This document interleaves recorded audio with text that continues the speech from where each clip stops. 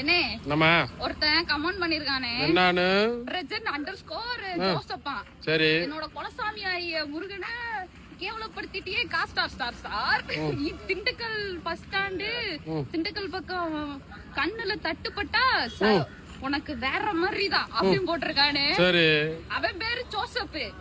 எப்படி நம்ம முருகன் குலசாமி ஆவா? அவங்க வீட்டுல ஏதாவது கலப்படம் நடந்திருக்குமா? அப்ப அதுல ஹைலைட்டனே இது முத்துப்பாண்டியான கோட்டை. எங்க அண்ணனை மீறி எப்படி என்ன திண்டுக்கல்களவா நடக்கிறது வேற மாதிரி இருக்குன்னு சொல்றாரு. அப்படியா? அவன் நடக்க கொஞ்சம் வளைஞ்சு வளைஞ்சு நடப்பேன் போல இருக்குமா? எங்க அண்ணனை மீறி யாரும் தொட முடியாது. வரட்டும் முத்துப்பாண்டியான கோட்டல இருக்கட்டும். ஐயா வணக்கம்.